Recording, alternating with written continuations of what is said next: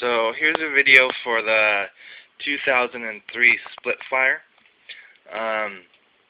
It has room for, well, it looks like 4 people. There's 2 in the actual driver section, and I like the fact that it's kind of like a Jeep feel because it allows you to get the figures in and out different ways, and then you can reenact different scenes. You could have them come in through the side here, or let's say they're running across the top and they jump in through the top and drive away or whatever.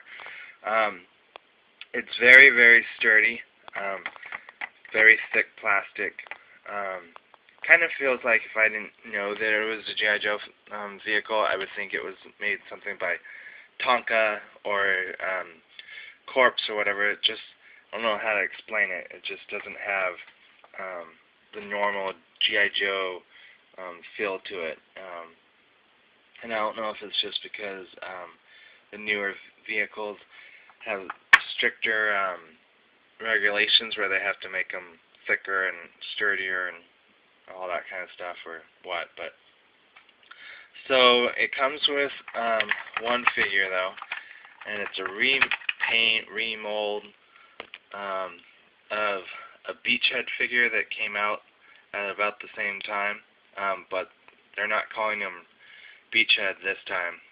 He's Rampage, which is actually a character that I don't know that much about, but there is another Rampage in the earlier 1980s series, so this is him again, but again it's just a Beachhead figure, but with a mask on and all that, you can't really say that, oh no, that's not Beachhead, that's or that's not Rampage, that's Beachhead, because anybody could be anybody under that mask.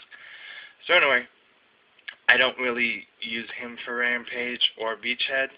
I forget which one I'm using right now as my Beachhead character, but Rampage I don't know that much about, no real connection to him, so he's basically just another soldier, just in the split fire. He's just the driver. And it doesn't have very many missiles or accessories or anything on it. It's basically got these 2 kind of machine gun, Gatling gun type things on the side, and that's basically the only weapons. There's no other missiles or anything. I'm so glad that we now have the 25th anniversary articulation on the figures now, because you can only get them to hold onto them sideways. You can't twist these figures' arms to hold on to it, so they're not really holding on to these handles that are right there, but they're just kind of cupping them or whatever. And then they've got little feet pegs right there, but their feet don't actually attach. They just kind of rest up against there. So not 100% being able to keep them on there very tight. But now the gimmick, I think, is pretty well hidden in this one.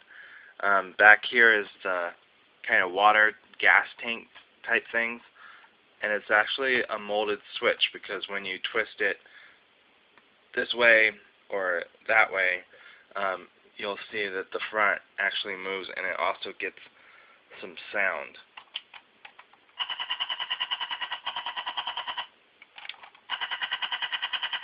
So that's cool. And then I think I may have them already all the way out. So if I do, then you can push them in. And I think even by just pushing them in, it doesn't really change anything about it. I guess they just don't go as far one way or the other.